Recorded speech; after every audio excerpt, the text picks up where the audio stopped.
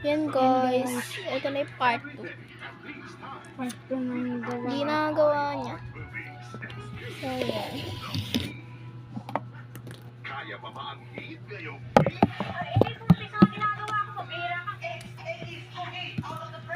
Mama ka na dito. kasama movies na magpapachill at good news? Okay sa akin, okay sa'yo, kaya okay ka. Kulit moments na magpapachill. Gising ko guys. Higit ang ulo. Gising muna. Part 2 na nga pala rin. Warning moments. Kaya kung pagsapan na ng buhay ko, nasa kapakanan ng mga mula mo. Init ito ko. Sobrang kilig. Kaya na guys. Pagpapalakasan ang show.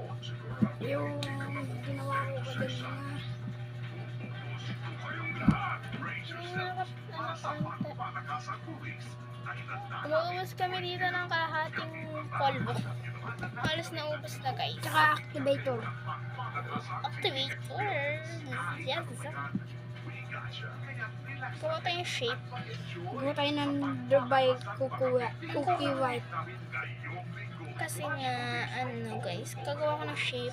Bukas para tumigas. Huwag mo naman, hen. Ay.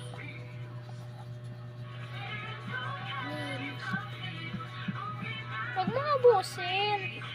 Hindi ko nga naubos. Huwag ka nang gumawa nang gagawa nga ako shape. Okay na yun. So, magagawa na natin yung box tsaka yung heart. Hindi ko sure kung kayo kung gawin yung heart, guys. Kunting basa.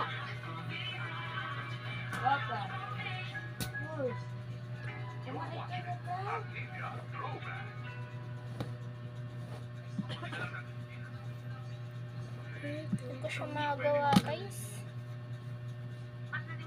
Siguro triangle na lang gagawin ko. Kunti. Paano ka naman napunta doon, Jenna? Magkasama sila, kaya sinundan ko eh. Kung gano'n, nakita mo ang sinasabi ni Shirley na kausap niya. Wala akong nakita ibang Yan, may nagawa na. Gawa ko na siya, guys.